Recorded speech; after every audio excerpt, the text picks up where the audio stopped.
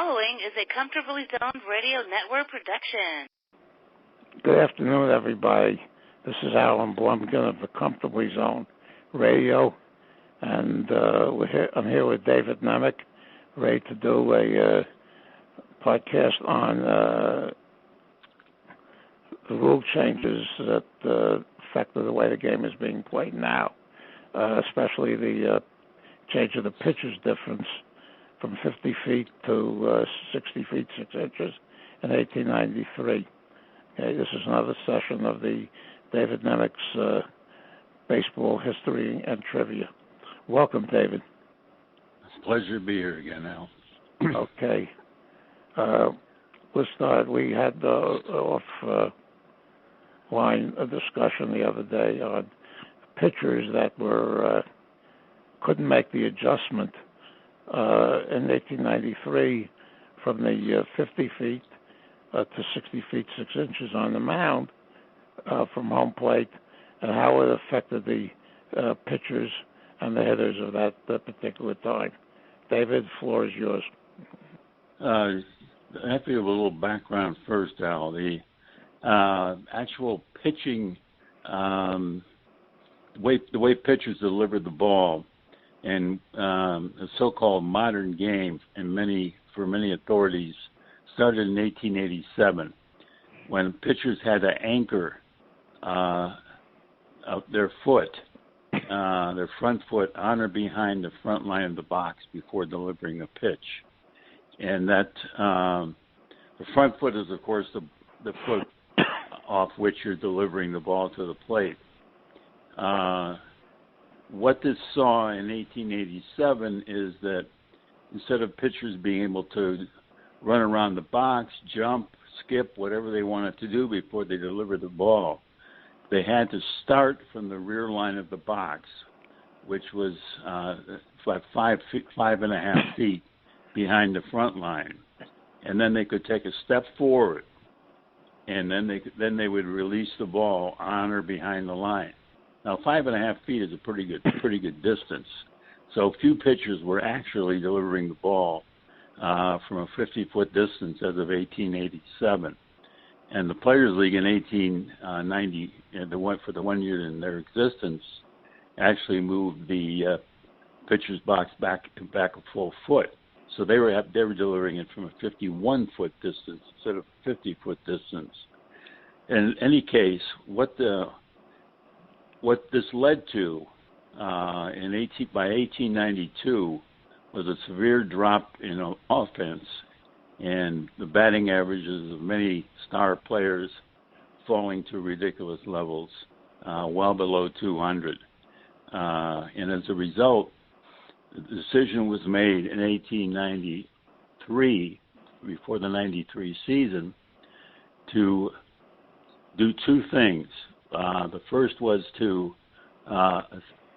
install a pitcher's plate, and that plate was 60 feet 6 inches from home plate. The 60 inches was often thought to be a mistake, a misread.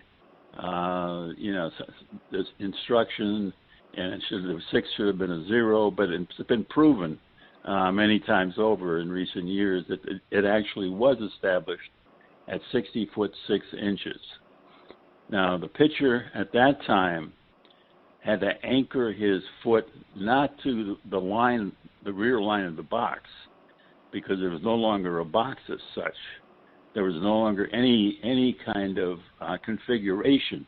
There was just a flat surface there, supposedly flat. We'll soon talk about the fact that it wasn't. But the pitcher could do anything he wanted as long as he anchored his rear foot to the pitcher's plate, took one step forward, then delivered the ball off his front foot. So that brought the distance to about not 10 feet farther, but it brought about 5 feet farther than the previous distance. And the result was that many pitchers facing this distance for the first time, there was no off season to improve. There was no being sent back to the minors for 3 games to allow yourself to get, to learn how the rule differences. Nothing like you'd see today if there was such a change. Pitchers had to come to the 1883 season prepared to deliver the ball from a pitcher's plate, and the distance to home plate would be increased. You meant 1893. You said 1883. No, 1893. Yeah. 1893, yeah. The distance would be about 5 feet farther than the previous distance. What this meant, particularly for pitchers who relied on breaking balls, is they had to change their whole manner in which they delivered the ball. Pitchers like Gus Wayne, who relied on a sharp breaking ball, no longer that breaking ball now would break in front of the plate and would be a ball. Bill Hutcherson was another pitcher who relied on breaking balls more than speed.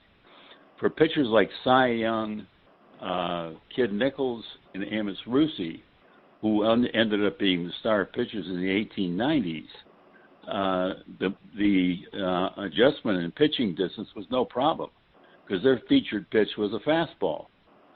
Their delivery was smooth. And Kid Nichols actually, it's never even been proven that Kid Nichols ever had a decent curveball.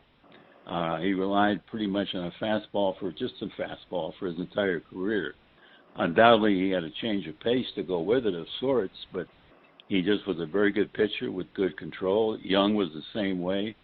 Russi was wild, particularly in his early years, but he delivered just a hard, rising fastball. And, the batter, whether he now had 5 feet more to take a crack at it, but otherwise it was still the same fastball. It didn't change. The pitch didn't change at all. So that's what was happening when pitchers were, faced with the change. Some could make it, some did not. I would say Gus Wayne and Bill Hutcherson were the two that were most greatly affected. Wayne had won 30 games in 3 different major leagues in consecutive seasons and was well on his way to what would later, of course, be judged a Hall of Fame career before he had to make that change. After that, he was really never more than an average pitcher. He lasted a long time, and I still think he should be in the Hall of Fame. His overall credentials are very good. Hutchinson, a different matter. He was the last pitcher to win 40. He was not the last pitcher to win 40 games, but the last National League pitcher to win 40.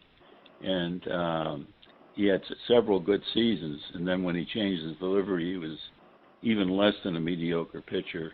Lasted a couple more years with Chicago and then drifted down to the minors to finish his career. What about Silver King? Because that name came up on Facebook a couple of days ago. Silver King was mostly a fastball pitcher, but Silver King had a kind of odd crossfire that he used.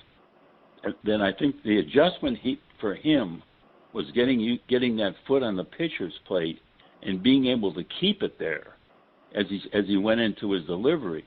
You had to keep it there and take a step forward. What was happening to Silver King was he wasn't able to keep it there as he started his delivery. He'd be moving that foot, and the umpire could see the movement because his foot would be rising off the plate, and then he would before he took the forward step. In his case, I think it was a bit different, but that's a good catch because he was a pitcher who definitely declined very sharply beginning in 1893. And many pitchers who were very effective in the early 1890s, 20 and even 30 game winners, went into a rapid decline. There are almost too many to name, but by 1893-94, there were different pitchers arising to stardom, including Russi. Russi had been just really regarded as a wild, take your chances pitcher. But in 1893, 94, he became the most prominent pitcher in the National League. And we can talk a bit about the pitcher's plate and what it meant. Go ahead. In the way things were still constructed in baseball in the mid 1890s, there was usually only one umpire. So that one umpire with men on base would station himself behind the pitcher, where he could see the pitcher clearly with his foot on the plate or not on the plate. And with runners not on base would be behind home plate. And there were pitchers like Frank Killen who learned to kick, they would kick dirt over the pitcher's plate. So the umpire really couldn't even see it from behind home plate. And then start the delivery from 6, 8, maybe even a foot in front of the plate. Other pitchers did so too until when two umpires became more the norm toward the end of the 90s. One umpire, the base umpire, was watching the pitcher for just such a violation, and it would be often called a balk, no pitch, whatever. But they were watching for stuff like that.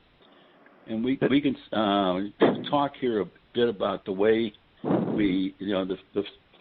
the pitcher's location was no longer called a box. The pitcher's location was now what you see today, kind of a round circle, and with the dirt circle. And supposedly it was flat, but actually it wasn't.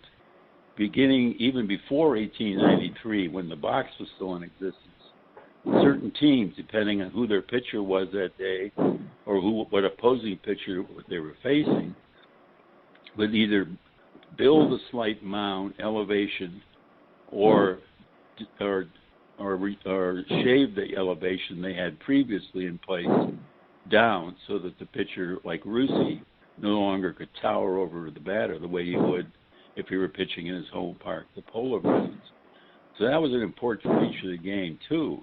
And the mound has never really been investigated thoroughly. It's never been ascertained which parks had a mound, which parks didn't, which pitchers really did well from a mound, which pitchers didn't. And in fact, the mound isn't even mentioned, not a mention of it in the rule book until I think 1905, when a rule was established as just how high a mound could be. Prior to then, it could be any height, any width, and all of these things for pitchers, as I said, like Young, Russi, Nichols, and a couple others like Roaring Bill Kennedy. And there were several who didn't have any problem adjusting to the new distance. Other pitchers really had to learn their craft all over again. And as a result, monstrous hitting stats occurred in 1894 in particular.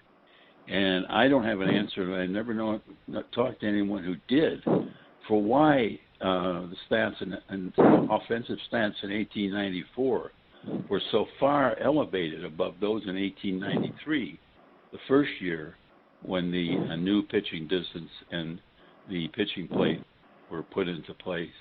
And that's an interesting topic for discussion right there. Yeah, that was the whole Philly outfield hit over 400, right? Right, in 1894. Yeah, four outfielders who were all batting title qualifiers, including substitute Tuck Turner. Yeah, and why those guys all hit so much better in 94 than 93, I've never been able to find a good answer for it. And it's true in the minor leagues too.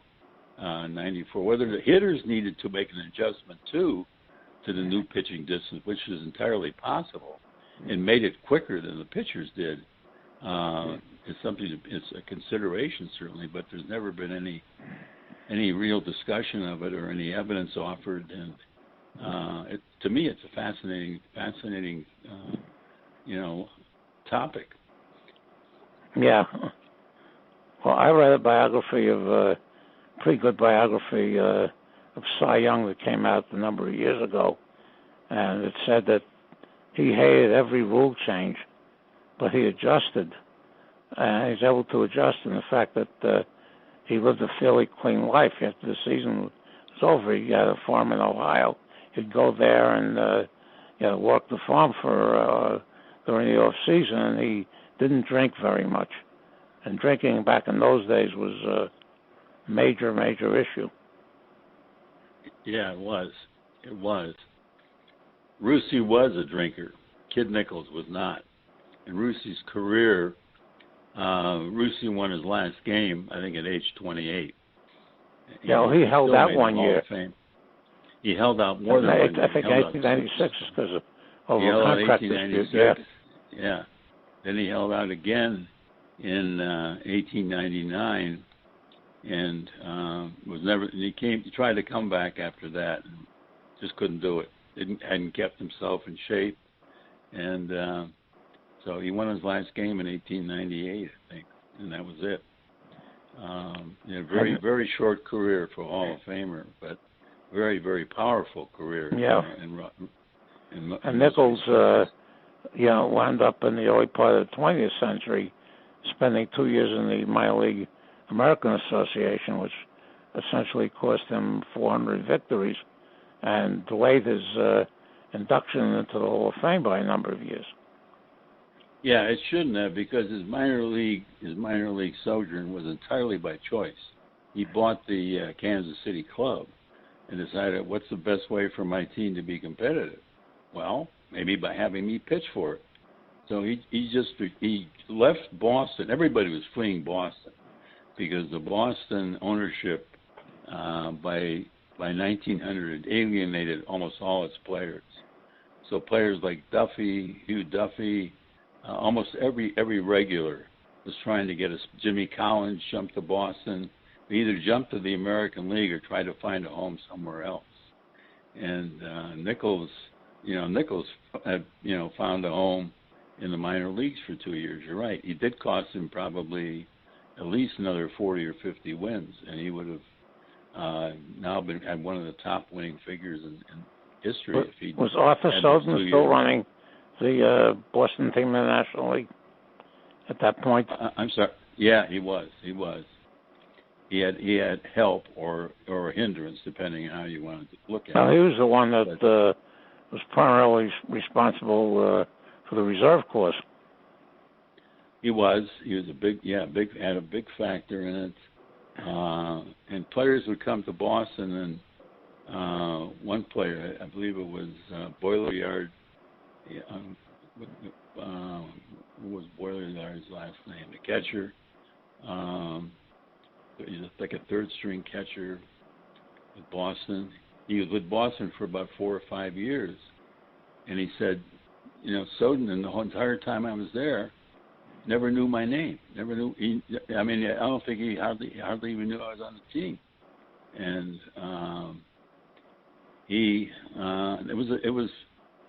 Soden was a very hard bargainer. Did not see the American League as a major threat, and misjudged everything. And by the early, Boston, I think, not Baltimore, was the strongest team in the 1890s. They won more pennants. They were always well above 500. They had good teams, every single season. By 1900, they started to slip, and by the middle of the odd years, they were the worst team in the major leagues. They had, I think 4 20-game losers, wasn't it, in 1905 or 1906? They were an awful team, and but ownership had a lot to do with some of these pitchers, where they went. And that's another one was John Rogers in Philadelphia. Yeah, he caused a lot of their players, especially Napoli, to jump to the American League. Yeah, Philadelphia also lost a lot. Philadelphia was in contention in 1900, and but then lost Lajoie right away, and then Elmer Flick and Bill Bernhard followed to the American League, and Delahanty. Philadelphia, Boiler Yard Clark, that was the catcher's name. Yeah, and Delahanty also jumped. Also Delahanty, jumped, yeah. Imagine losing, Delahanty, Lajoie, and Flick. Yeah. And that was those three guys right there could form the core of a very, very good team.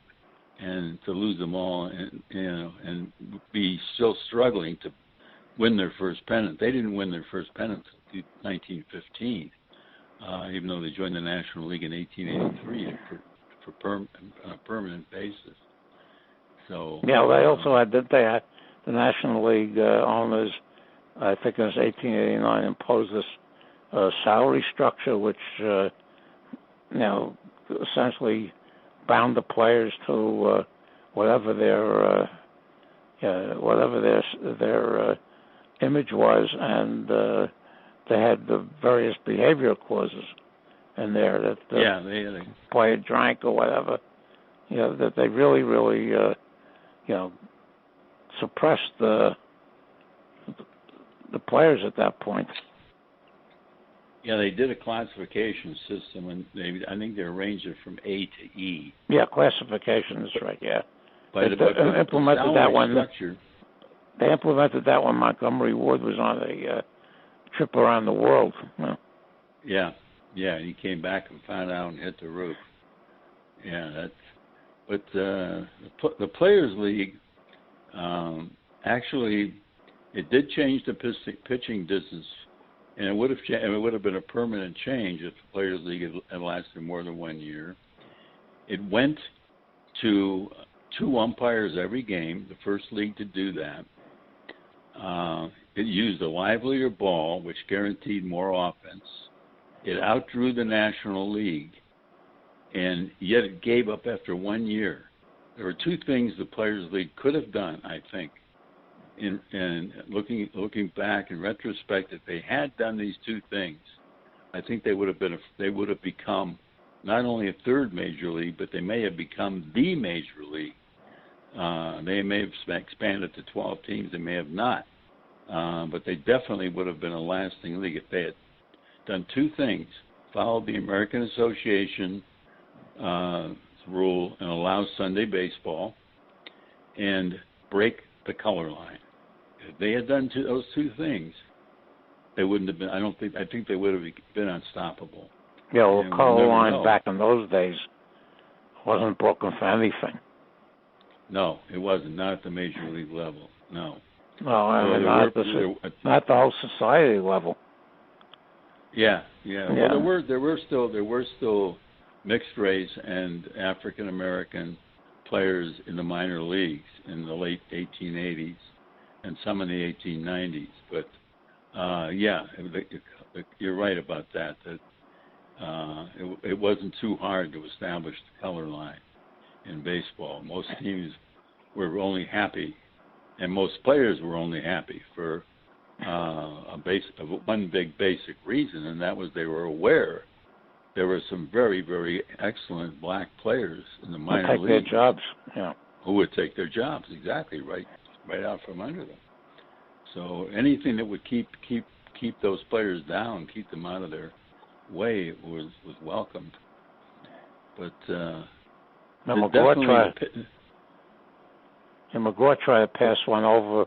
I think his name was Frank Grant. He tried to pass him as an Indian. Yeah. And that didn't work. No, he was a pretty good ball player. He probably would have stuck, and if McGraw had broken the color line for 1 year, it would have, even if it were found out that Grant wasn't an Indian, it would have been very tough to get him out of the league because McGraw had a lot of clout. So did John T. Brush, the Giants owner at that time. Another thing that really impacted rule changes that impacted the game was the making foul ball strikes for the first 2. And I think it was 1901 in the American League and 1901 in the National League and 1903 in the American League that was implemented. Yeah, it was. So the American League and other leagues. Yeah, other leagues, including the American League, refused to go along with it. The National League was alone, I believe, in the 1901 in having the foul strike rule. But then the minor leagues started falling into line, and the American League grudgingly when the two leagues agreed to play by the same rules, took on the foul strike rule in 1903. But that's, and that lasted until the American League implemented the DH in 1973. Yeah. Yeah. Well, the two leagues did play. They played by slightly different rules, and it showed up at World Series time. National League rules prevailed when the games were in National League parks, and American League rules prevailed when they were in American League parks. And there was that famous incident, I believe, in 1928 with Babe Ruth and the quick pitch. Let me just try and recall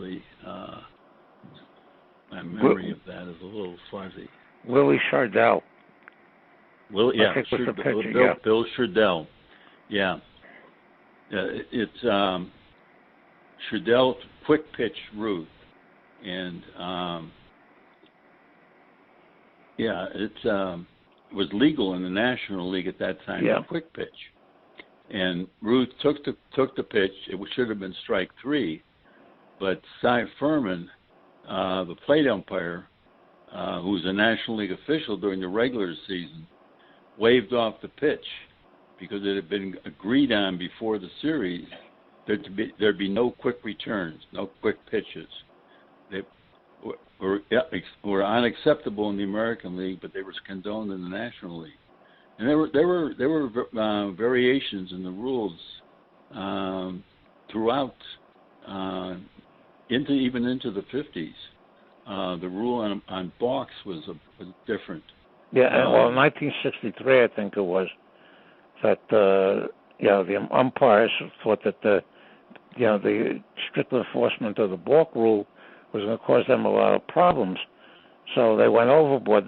They want balks, we'll give them balks. And for the first month or so of that season, they set all sorts of balk records. Yeah. And then they were told that this was too crazy, and they relaxed the rules for that. Yeah. And they dealt with that again, I believe, in the 1980s. Beginning of the year, there were more balks by the end of May than there had been total the previous season. And I think Dave Seward ended up setting the record that year for the most balks in a season. I believe it was 88, but I could be wrong.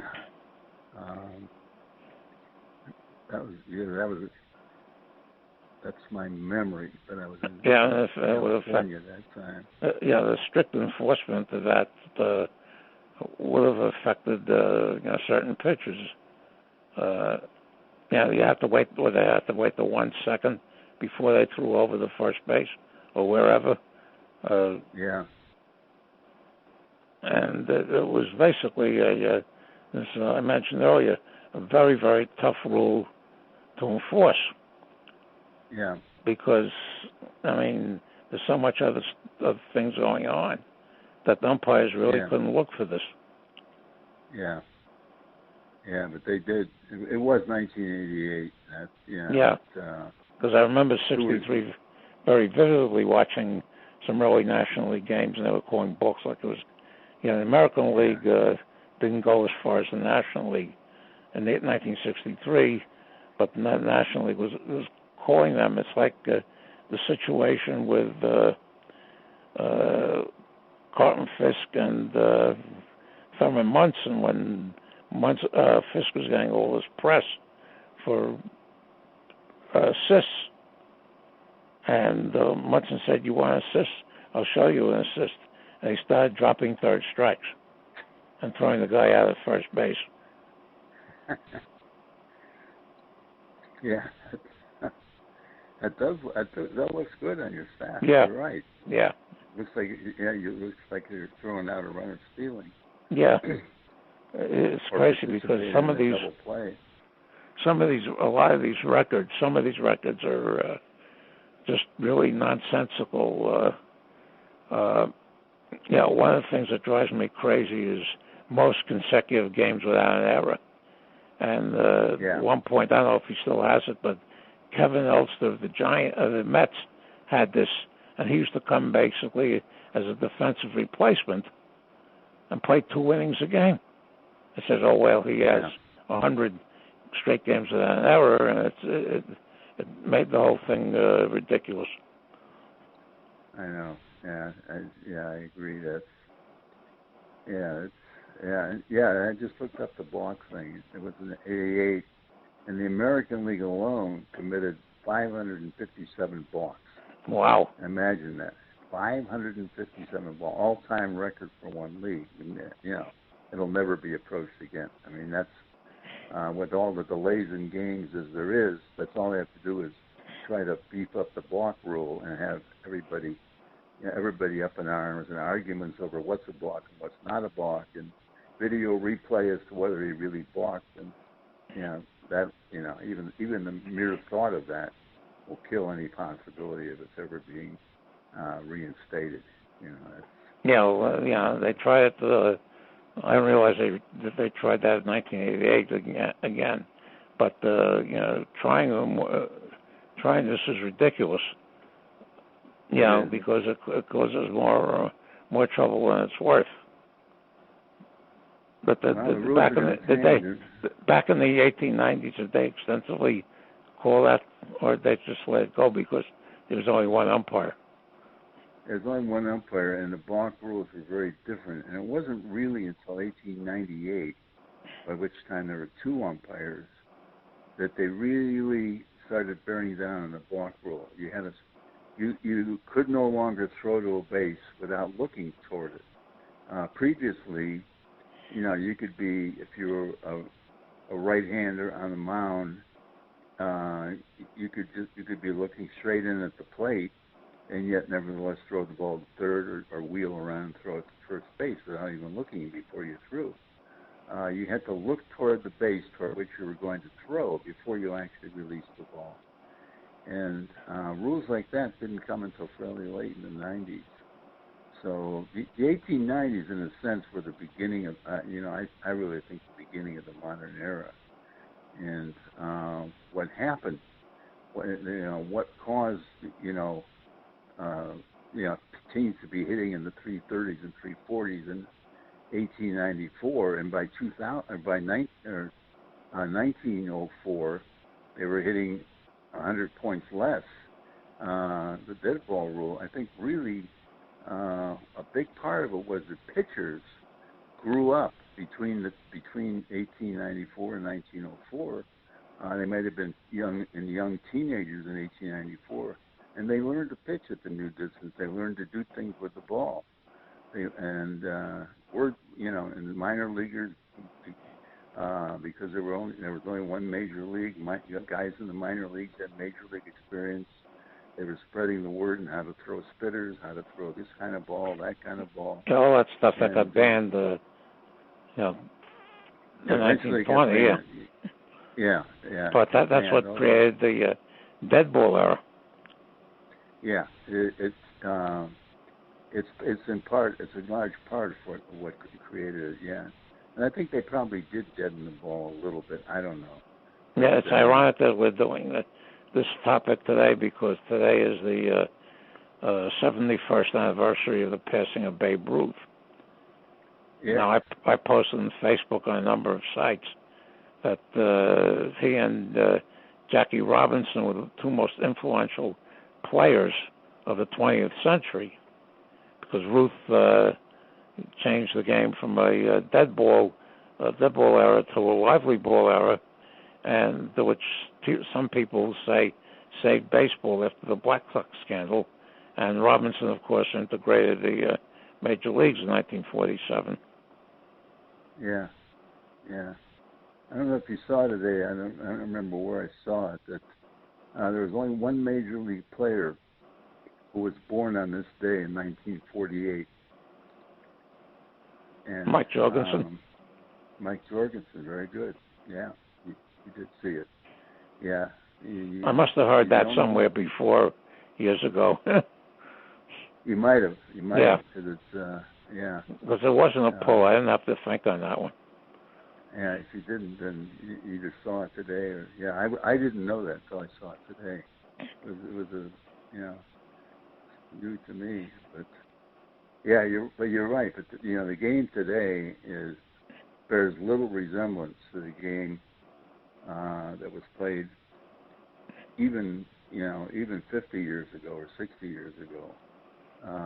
It's I don't know what's going to happen. I think it's yesterday there was another 10 home run game between the A's and the Astros, and there've been quite a few of those this year.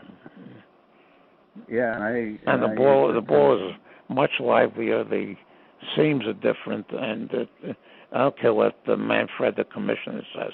It's a lot of nonsense. It's been established. It's been established, clearly established that the major leagues and now the top two minor leagues this year are using major league balls. And they're up 40%. Yeah. The home runs are up 40%.